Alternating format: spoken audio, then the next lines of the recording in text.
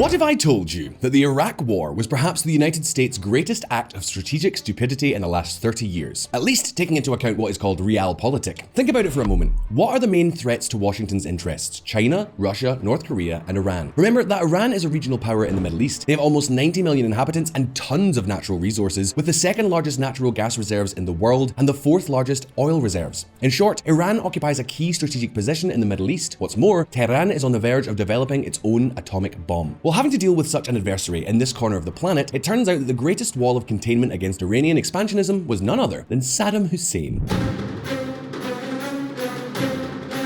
Saddam's Iraq was a savage dictatorship, yes, but absolutely anti-Iranian. And then the United States arrived 20 years ago and could not think of anything better to do than deliver Iraq on a silver platter to Iran. Here you go, Khamenei, have at it. You may think I'm exaggerating, but 20 years later, I assure you that this is the way that things are now. In fact, I'm sure many of you remember that when the Iraq War started, memes like this one were passed around. Well, strange as it may seem, this is exactly what has happened. Because today there is a democracy in Iraq. So who has got control of power in Iraqi democracy? Well, none other than the Shiite leaders closest to Iran. What's more, do you remember Qasem Soleimani, the commander of the Quds Force? Well, this Iranian general was at ease in Iraq, organizing the Shiite militas operating in the country. In fact, the US succeeded in taking down General Soleimani in Baghdad. And just to show you how things are going, the Iraqi capital has a new added place of interest for its tourist guides.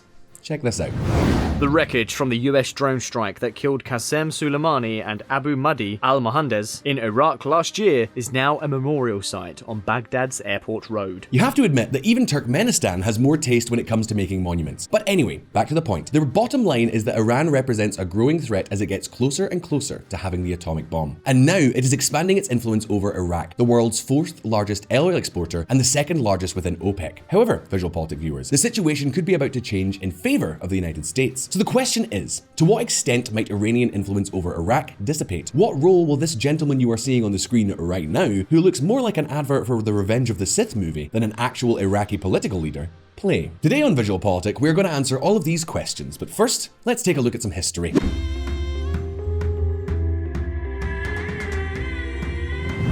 Intimate enemies. There are three key ideas that I'd like to remind you of. The first one, which we've already mentioned a lot here on VisualPolitik, is that within the Islamic world, there is an eternal cold war between the two main branches of Islam, Sunnism and Shiism. The struggle between these branches of the Muslim religion dates back to the year 632, when it was decided who should succeed Muhammad. So on this point, don't expect any agreement. About 80% of Muslims are Sunni. However, the Islamic Republic of Iran is an entirely Shiite territory. To a lesser extent, so is Iraq, where Shiites make up 65% of the population as opposed to 30% Sunni. And this brings us to the second important idea. Saddam Hussein's Iraq was a country ruled by a Sunni elite despite the Shiite social majority. For the third idea, it is better to take a look at the map. Here you can see that Iraq and Iran are two countries that, besides having very similar names, are also neighbors. Neighbors, it needs to be said, who did not get along well at all. They were at loggerheads for decades, ever since Arab socialism took hold in Iraq and espoused a nationalism that included territorial claims over Iran. In fact, Saddam Hussein invaded Iraq in the early 1980s. Then, Iran launched its counteroffensive on Iraq. The war lasted 8 years and served no purpose. The borders did not change. Both countries were ruined while causing approximately 1 million deaths. Then came the invasion of Kuwait, the Gulf War, and the invasion of Iraq in 2003. It is then that our main man begins to take center stage. Here is Muqtada al-Sadr. For those of you who do not know him, Muqtada al-Sadr is a cleric and son of Grand Ayatollah Mohammad Sadiq al-Sadr. His father was an important religious authority for the Shiites of Iraq, condemned to belong to the most disadvantaged social classes during the harsh repression exercised by the Sunni regime of Saddam Hussein. And as an Ayatollah, he preached social and economic issues affecting people's lives and thus also became a particular icon for the Shiites. His popularity led to his assassination by Saddam's regime in 1999.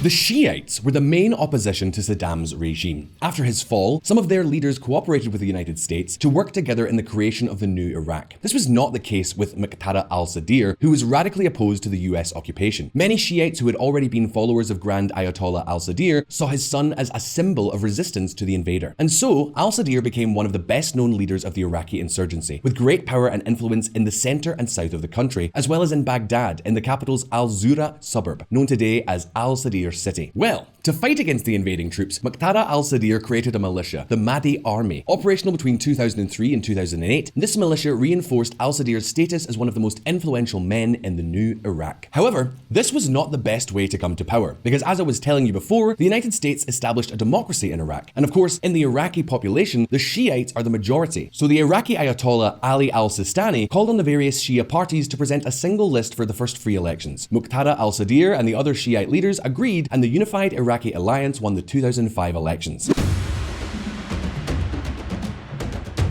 The United Iraqi Alliance quickly betrayed its name. In 2007, the coalition collapsed, giving rise to a new struggle for Shiite political leadership. The main beneficiary was Prime Minister Nouri al-Maliki, formerly in exile in Iran, from where he had gained financial support for the Islamist opposition to Saddam Hussein. Nouri al-Maliki increased his popularities among Iraqis as Prime Minister by increasing security in the country.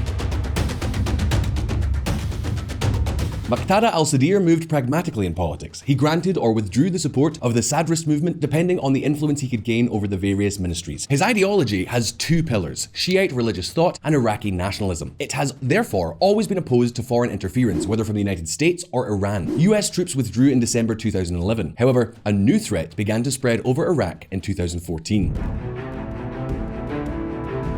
Daesh, the Islamic State, has put the new Iraqi state in check. Followers of an extreme version of Sunni Islam, they extended the domains of their caliphate as far as Fallujah, just 69 kilometers or 42 miles from Baghdad. Faced with the inability of the Iraqi army to confront them, their various Shiite forces formed their own paramilitary militias. Along with that, Muqtada al-Sadr, who recovered his former militia, the Mahdi Army. After 3 years of war, they achieved victory. Despite this, the Shiite paramilitary militias, which are backed by Iran, have not been disbanded. For his part, Muqtada al-Sadr embarked on a strategy of opposition to the government, which has paid off. The Sadrist movement became the largest group in the Iraqi parliament. And how did he achieve this? Well, we're about to see. Open sesame. Iraqi democracy is so much like Western versions that in just a decade, people were fed up with their politicians. Since 2018, turnout at elections plummeted to 44%. While his rivals have fallen into disrepute, Muqtada al-Sadr has managed to keep his faithful base and increase his voters. This has so far translated into greater influence over Iraqi affairs. In fact, in parliamentary negotiations, his coalition has obtained its share of jobs in public companies to offer them to its followers. The creation of these clientelistic networks has been strengthening and expanding his social base. Muqtada al-Sadr has thus gone from being a simple warlord to a master of the political arts. Something quite surprising considering that in the last few years, Iraq is finally giving some good news.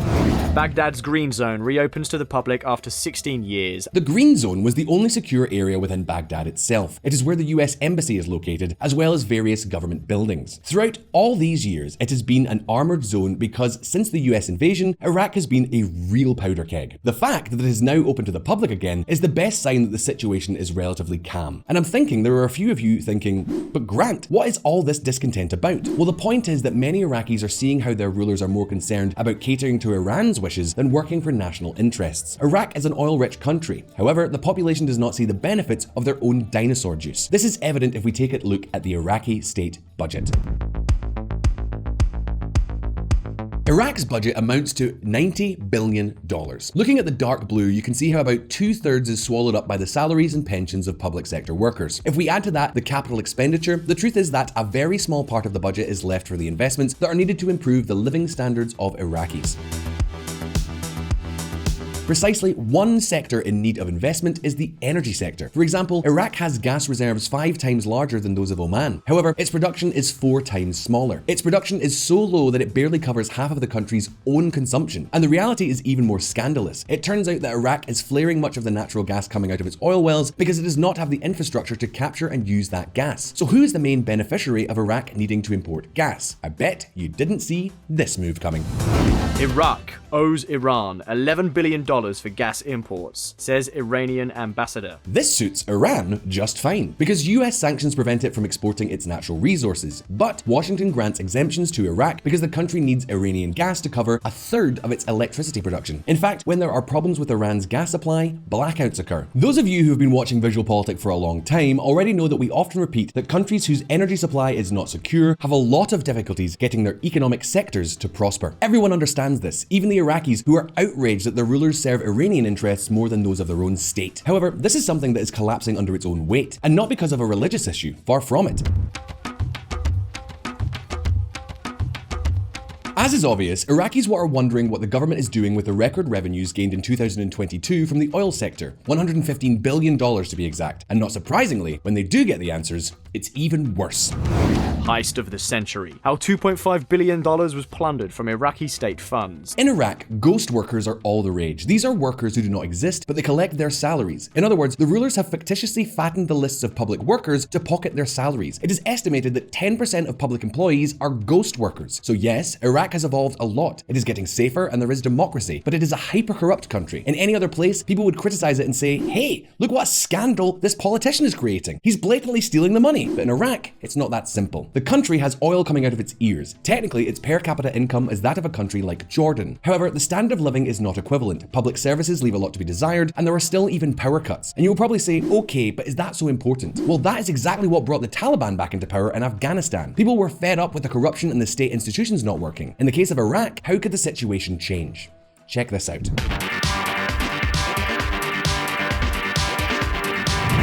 The enemy of my enemy.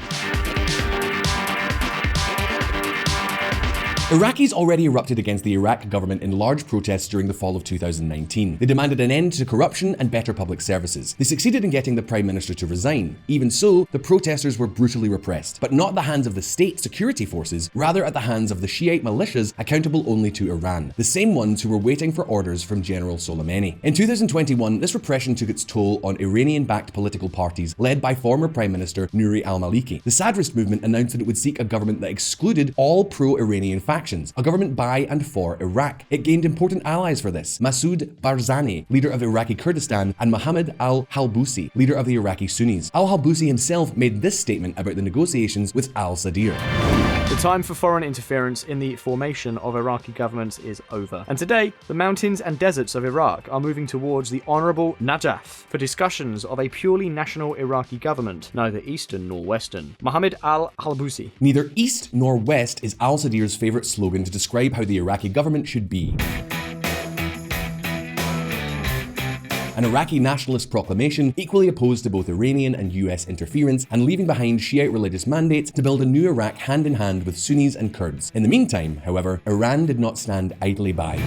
Iran piles pressure on Iraq's Kurdish and Sunni leaders to crack Sadr's alliance. Iran has launched missiles and drone attacks against Iraqi Kurdistan. Likewise, the Iraqi Supreme Court banned oil exports from this autonomous region, leaving it without its main source of income. As for the Sunnis, the pressure was exerted by the Shiite militias who act violently and with total impunity in Sunni majority areas. In an attempt to force early elections, Muqtada al-Sadr ordered all of his deputies to resign. That is a move, though, that backfired.